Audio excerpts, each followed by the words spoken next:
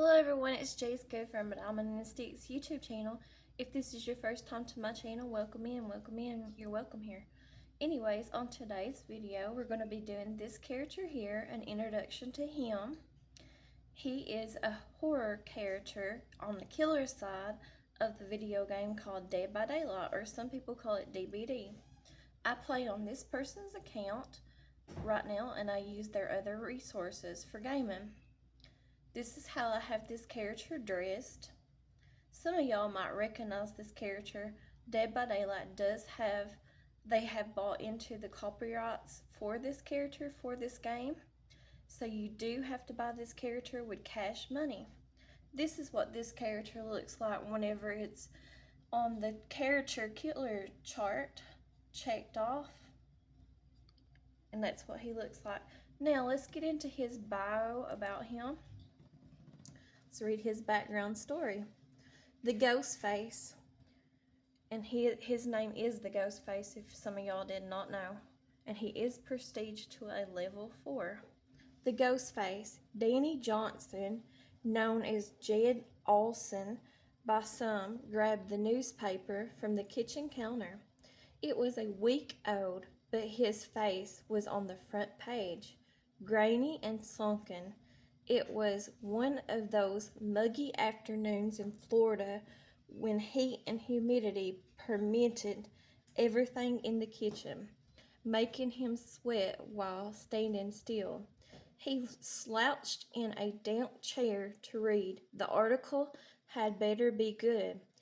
His work in Roseville had been outstanding. Ghostface disappears. June 18, 1993.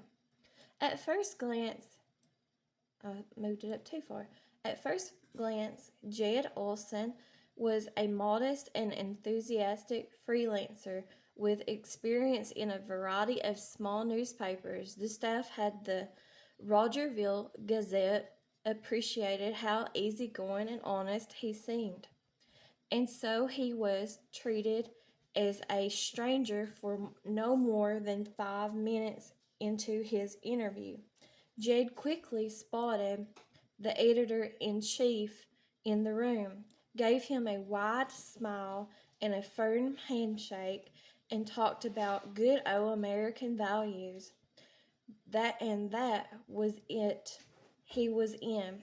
Ex-contributor at the Roseville Gazette, Olson never justified his erotic career path, which zigzagged between several small towns from the Utah to Pennsylvania. There was no verification of his previous jobs. He had a decent portfolio plus a good attitude, and they needed a contributor right away. The Roseville murders. Olson had been working at the newspaper for 5 months when the Roseville murders began. Victims from young to old stabbed to death in their homes.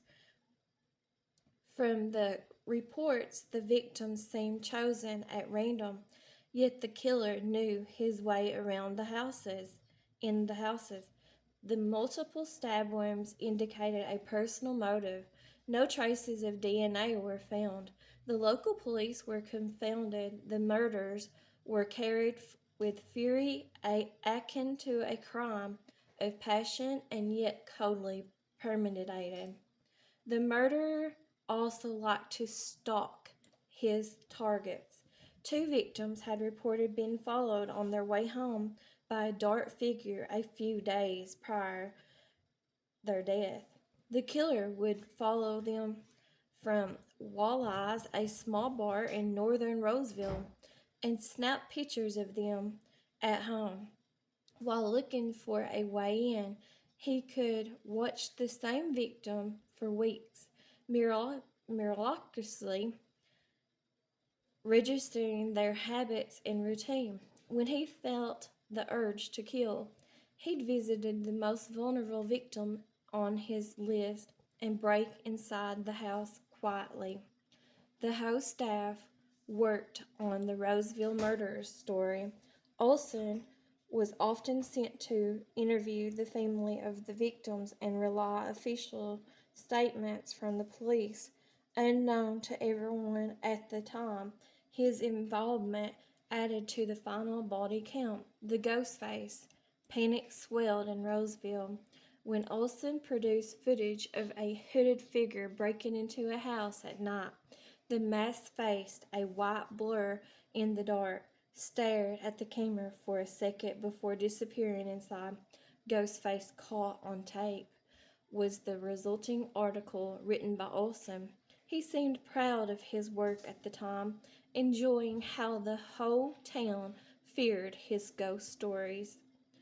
Weeks later, Olson left a note on his work desk and disappeared. I hope you liked my stories. I enjoyed bringing them to life. Don't worry, I'm not done. Jed Olson. So that's Ghostface's backstory. Now let's get into his perks. I'm all ears. It's very rare because it's in the purple. Your keen senses are sharpened in the deep, dark realm of the entity. Unlocks potential in one's aurora reading ability.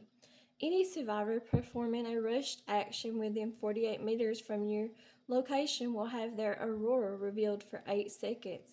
I'm all ears can only be triggered once every 30 seconds. There is no need to worry. I've been preparing my whole life for this, the Ghostface. His next one is Thrilling Tremors. Very rare because it's in the purple. Your dark design and shrewd composure rouse the entity. After picking up a survivor, all generators not being repaired by survivors are blocked by the entity and cannot be repaired for the next 16 seconds.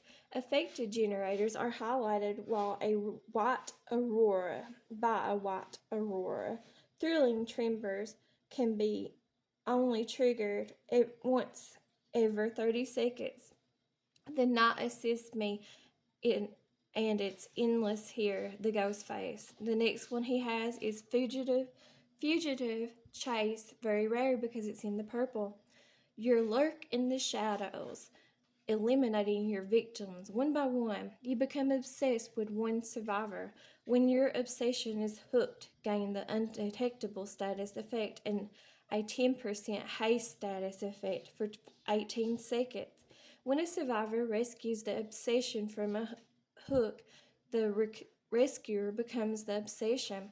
The killer can only be obsessed with one survivor at a time. Undetectable hides the killer's aurora, terror radius, and red stain. Haste increases killer's movement speed. You have no idea what I have planned for you. It'll be in the news for weeks. I'll make sure of it. The Ghostface.